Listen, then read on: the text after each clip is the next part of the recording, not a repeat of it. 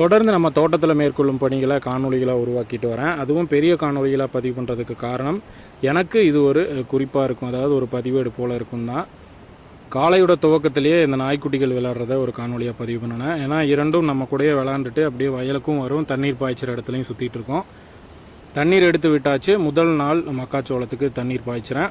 நேற்று மக்காச்சோளம் மூணு வயலுக்கு இன்று கண்டிப்பாக நீர் பாய்ச்சியே ஆகணும். காரணம் என்னென்னா, இல்லைனா எறும்பு அரிச்சிரும். நான் மழை வரும்னு எதிர்பார்த்தேன், மழைப்பொழிவு இல்லை. இன்றைக்கி கண்டிப்பாக உச்சி வெயில் வரதுக்கு முன்னாடி நம்ம தண்ணீர் பாய்ச்சிடணும்.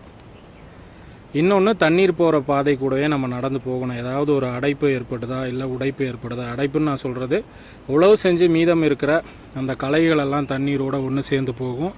அது அடைச்சிருச்சு அப்படின்னா கண்டிப்பாக உடைப்பு ஏற்படும். அதனால் தண்ணீர் முதல்ல அந்த கடைசி வரைக்கும் போகிறப்போ நம்ம கூட நடந்து போகிறது நல்லது.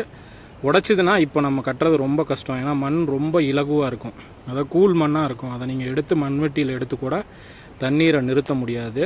அதனால் கூடவே போகிறது நல்லது.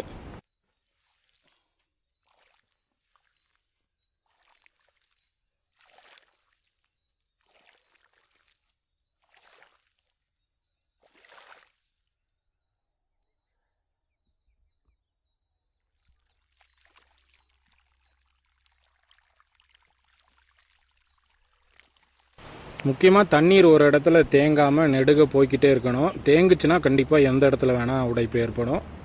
முதல் மடம் மாறுறேன். இந்த இடத்துல இருந்து தான் தண்ணீர் பாய்ஞ்சிட்டே போகும். இப்போ சரியாக மணி கிட்டத்தட்ட 7 மணி ஆகுது. இப்போ இருந்து 11 மணி வரைக்கும் தண்ணி கட்டுவேன். இப்போ நம்ம மண் வெட்டினதுலேயே ஒரு சோளம் கண்ணுக்கு தென்பட்டுச்சு. இது கண்டிப்பாக இயல்பு தான். ஆனாலும் நம்ம கண்ணுக்கு படுதுன்னா அதை எடுத்து ஒரு இடத்துல ஊனி வச்சோம் அப்படின்னா கண்டிப்பாக அதுவும் நல்லா முளைச்சி வரும். ஒவ்வொரு பயிரும் நமக்கு அது ஒரு பலனை தரும்.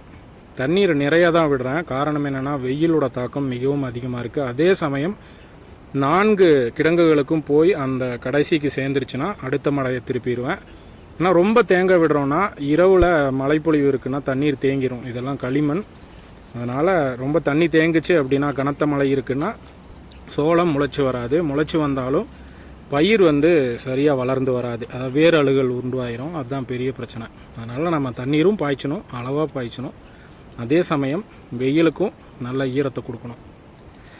நான் நீண்ட நாள், அதாவது பல வருடங்களாக இந்த பணியை செய்கிறதுனால எனக்கு இதில் ஒரு நல்ல அனுபவம் இருக்குன்னு தான் சொல்லணும்.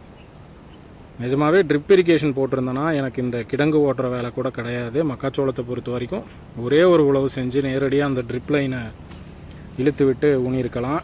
கண்டிப்பாக அடுத்த வருடம்னாலும் ட்ரிப் இரிகேஷன் போட்டுருணும். இப்போ போடுறதுக்கு பணம் இல்லை. ஆனால் கண்டிப்பாக அரசு மூலமாக நல்ல உதவி இருக்குது, மானியமெல்லாம் இருக்குது. அது என்னோடய தரப்பில் இருந்து தான் தவறு.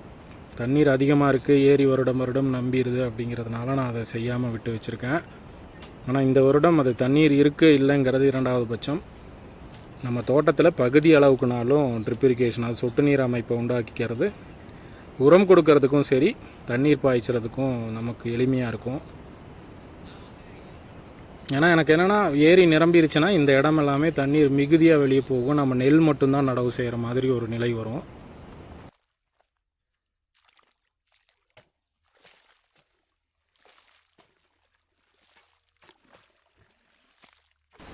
இப்போவுமே பார்த்திங்கன்னா, மேல் மண் உணர்ந்திருந்தாலும் அடியீரம் இருக்குது. அதாவது களிமண் நிலங்களுக்கு இருக்கிற ஒரே தன்மை என்னென்னா, தண்ணீரை நல்லா சேமித்து வைக்கும். ஆனால் அதுவே ஒரு பிரச்சனையாகவும் அமையும்.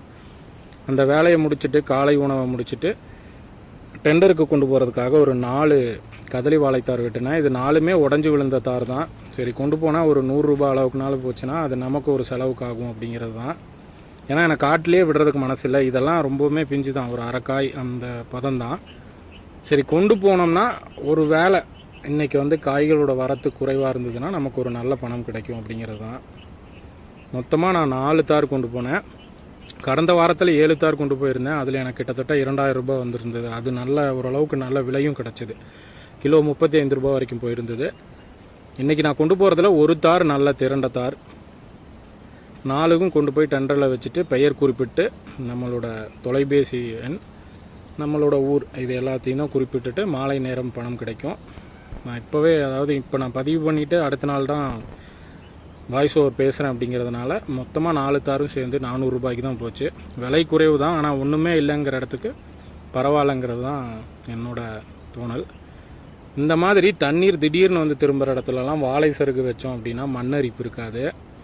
ஏன்னா ரொம்ப வேகமாக குழியை நோக்கி போகிற இடத்துல நம்ம இந்த மாதிரி தடுப்புகள் எதுவும் வைக்கலைன்னா கொஞ்ச நேரத்திலேயே அந்த மண் முழுவதுமாக அரிக்கப்பட்டு உடைப்பு ஏற்படும். அதனால தான் நான் அந்த இடத்துல வாழை சருகு வச்சுருந்தேன். இது எல்லாமே ஒரு சின்ன சின்ன விஷயம் தான். எனக்கு தெரிஞ்சதை இந்த மாதிரி காணொளிகள் மூலமாக பகிர்ந்துக்கிறேன்னா கண்டிப்பாக உங்களுக்கு பின்னால் பயனுள்ளதாக இருக்குங்கிறது தான்.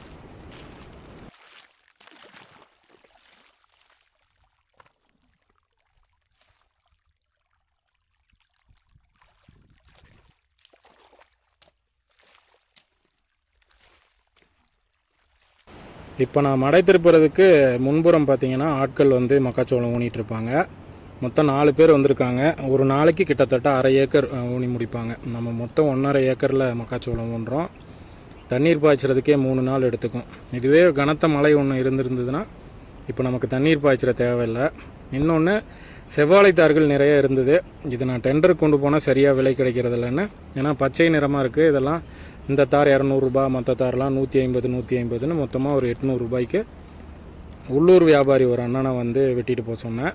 ஏன்னா அவரும் நீண்ட நாள் கேட்டுட்டு இருந்தார். சரி, அது லாபமோ நஷ்டமோ அவருக்கும் கொடுத்த மாதிரி ஆச்சு, நமக்கும் ஒரு பணமாச்சுன்னு நான் அதை வெட்டி விட்டுட்டு அவுரி மீன்களுக்கு உணவு போட்டேன். இது அவுரியன்னு குறிப்பிடுறதா விராலுன்னு குறிப்பிட்றதான்னு எனக்கு தெரியலை. எனக்கு தெரிஞ்சது விராலாக தான் இருக்கணும். எதுவாக இருந்தாலும் முடிஞ்ச வரைக்கும் நல்லா வளர்க்கலாம் அப்படிங்கிறது தான்.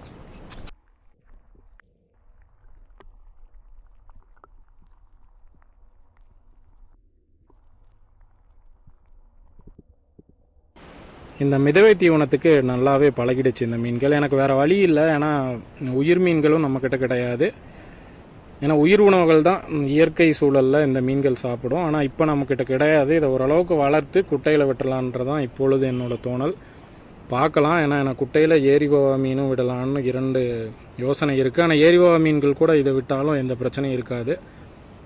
அடுத்து கிணற்றில் இருக்க மீன்களுக்கு வாழைப்பழங்களை கொடுத்தேன். எனக்கு தினமுமே காணொளி பதிவு பண்ணுறது வழக்கம். நம்ம ஏற்கனவே பதிவு பண்ணின நிறைய காணொளியில் பார்த்திங்கன்னா கிணற்று மீன்களுக்கு பழம் கொடுத்து தான் பதிவு பண்ணியிருப்பேன்.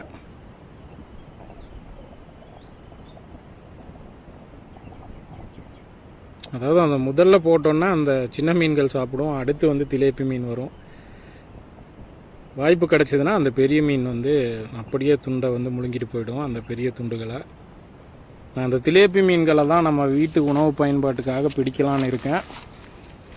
பார்க்கலாம். அதையும் பிடிச்சேன்னா கண்டிப்பாக அந்த நாளோட காணொலியில் நான் அதை இணைக்கிறேன். இப்போ பார்த்திங்கன்னா அந்த பெரிய துண்டாக போட்டதுனால அந்த கெளுத்தி மீன் வந்து எடுத்து சாப்பிட்டு போயிடுச்சு. இதை இந்த 2 மீன்கள், அதாவது 2 கெளுத்தி மீன்கள் பெருசு இருக்குது. இந்த 2ஐயுமே நண்பர் ஒருத்தர் வந்து கிட்டத்தட்ட 7-8 வருடங்களாக வளர்த்துட்டு இடவசதி இல்லைன்னு கேட்டார். நானும் கிணற்றில் விட்டுறலாம், ஏன்னா நம்ம ஒன்றும் பெருசாக அதாவது லாப நஷ்டத்துக்காக நான் கிணற்றில் மீன் விடலை. எனக்கு கிணற்றுக்குள்ளே தண்ணீருக்குள்ளே மீன்களோட காணொலியை பதிவு பண்ண பிடிக்கும்னு தான் நான் விட்டுருக்கேன். அந்த வாழைப்பழ தோலை கூட விடுறதில்ல. அதில் இருக்க சிறு சிறு பழங்களை கூட இந்த ஃபிலமெண்ட் பாக்ஸ் மீன்கள் அருமையாக எடுத்து சாப்பிட்டுச்சு.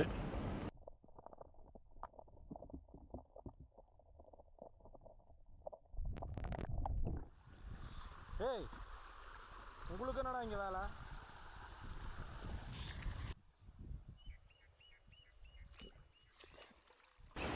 நம்ம வண்டிப்பாதையில் நிறைய பழமரங்கள் வச்சுருக்கேன். தென்னங்கன்றுகளும் வச்சேன். அது மழைப்பொழிவில் அப்படியே வளர்ந்துக்குன்னா. ஆனால் இப்போ ரொம்ப வெயில் அதிகமாக இருக்கிறனால நம்ம தண்ணீர் பாய்ச்சிற வயல் ஓரமாக இருக்கிற ஒவ்வொரு மரங்களுக்குமே, முக்கியமாக இந்த சிகப்பு சீத்தாக்கும் தண்ணீர் ஊற்றிருக்கேன். அதுக்கு பின்புறம் பார்த்திங்கன்னா 2 நாய்க்குட்டிகளும் செம்மையாக விளையாண்டுருக்காங்க. 2 பேர்த்துக்கும் வேலை என்னென்னா நாள் முழுவதும் விளையாடுறது தான் வேலை. மறுபடியும் ஒரு 6 மணி வரைக்கும் தண்ணீர் தான் பாய்ச்சினேன். ஏன்னா 1/2 ஏக்கர் பாயறதுக்கு கண்டிப்பாக ஒரு 4லேருந்து 5 மணி நேரம் எடுக்கும். முடிஞ்ச வரைக்கும் இந்த காணொலியை நான் தெளிவாக பதிவு பண்ணியிருக்கேன்னு நம்புகிறேன். அதாவது எனக்கு இந்த மாதிரி தோட்டத்து பணிகளை பதிவு பண்ணுறது பின்னாளில் எப்படி பயன்படும் அப்படின்னா, இந்த தேதியில் இந்த வேலை செஞ்சோம் அப்படிங்கிறது நான் அந்த ஒரு நாளோட வீடியோ பார்த்தனாவே எனக்கு தெரிஞ்சிடும். இன்னொன்று, கண்டிப்பாக விவசாயத்துக்கு புதியதாக இருக்கிற நபர்களுக்கும் இது உதவியாக இருக்குங்கிறது தான்.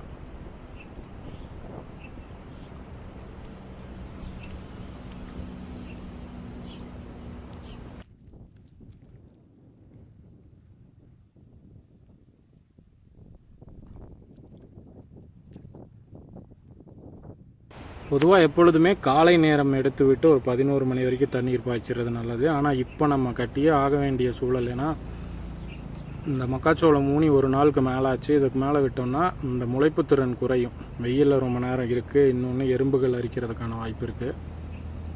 நான் அப்படியே டைம் லேப்ஸில் போட்டு விட்டேன். ஒரு மடையும் திருப்பிட்டு அந்த கடைசியில் போய் தண்ணீர் பாயிறத அப்படியே டைம் லேப்ஸில் பதிவு பண்ணினேன். என்னால் முடிஞ்ச வரைக்கும் அந்த கேமராவையும் ஒரு பயனுள்ளதாக பயன்படுத்தணும் அப்படிங்கிறது தான். ஏன்னா அது ஒரு 35,000 போட்டு வாங்கியிருக்கேன். அதுக்குன்னு ஒரு வேலை, அதாவது நம்ம முடிஞ்ச வரைக்கும் அதில் ஒரு தெளிவான காணொளிகளை பதிவு பண்ணணும் அப்படிங்கிறது தான்.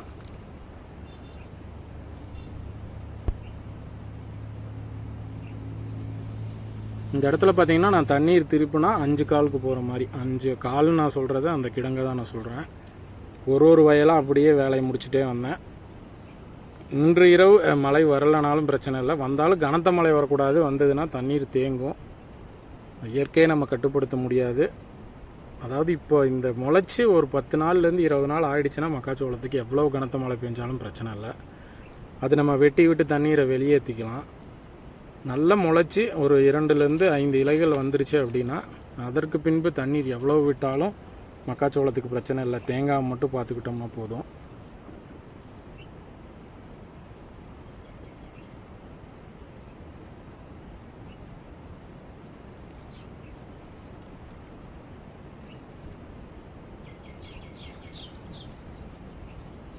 இந்த தென்னங்கன்றுலாம் ரொம்ப நாள் ஆச்சு வச்சு சரியாக பராமரிக்கலை. இந்த குருத்து நோய் விழுந்துருது, நம்ம பார்க்காம விட்டு மெதுவாக தான் இருக்குது வளர்ச்சி. எனக்கு மரம் வைக்கணும்னு ஆசை, வச்சு விட்டுறது, ஆனால் அதை சரியாக பராமரிக்கிறது இல்லை. இப்போ பார்த்திங்கன்னா கிடங்கு முழுவதும் தண்ணீர் போகிற மாதிரி தான் விட்டுருக்கேன். அதே சமயம் ரொம்பவும் தேங்க விடக்கூடாது. இப்போ பார்த்திங்கன்னா நம்ம முன்னர் கட்டின வயலில் பார்த்திங்கன்னா தண்ணீர் முழுவதுமாக உறிஞ்சப்பட்டுருச்சு. ஏன்னா இந்த வயலில் வந்து தண்ணீர் நல்லா எடுத்துக்கும். இதே போன்று தினமுமே பெரிய காணொளிகளாக பதிவு பண்ணலான் இருக்கேன். கண்டிப்பாக பார்க்குறவங்களுக்கும் பயனுள்ளதாக இருக்கும், எனக்கும் அது ஒரு பயனுள்ளதாக இருக்கும் அப்படிங்கிறது தான். மறுபடியும் நாளை நான் பதிவு பண்ணுற காணொளியில் சந்திக்கலாம். கண்டிப்பாக இந்த அளவு வரைக்கும் காணொளி பார்த்துருக்கீங்கன்னா அதுக்கு ஒரு நன்றி. இது எனக்கு ஒரு உத்வேகத்தை கொடுக்கும் அடுத்தடுத்த நாட்களில் காணொளியை பதிவு பண்ணுறதுக்கு. இறுதியாக தண்ணீருக்குள்ளே, ஏன்னா இந்த கேமரா வாட்டர் ரெசிஸ்டன்ட்ங்கிறனால கிணற்றுலையும் பதிவு பண்ணுறோம், சரி வாய்க்கால்லையும் பதிவு பண்ணலாம் அப்படிங்கிறது தான். இன்னும் கொஞ்ச நாள் கழித்து இந்த வாய்க்கால் முழுவதும் களைகள் முளைச்சதுக்கப்புறம் பதிவு பண்ணால் இன்னும் அருமையாக இருக்கும்.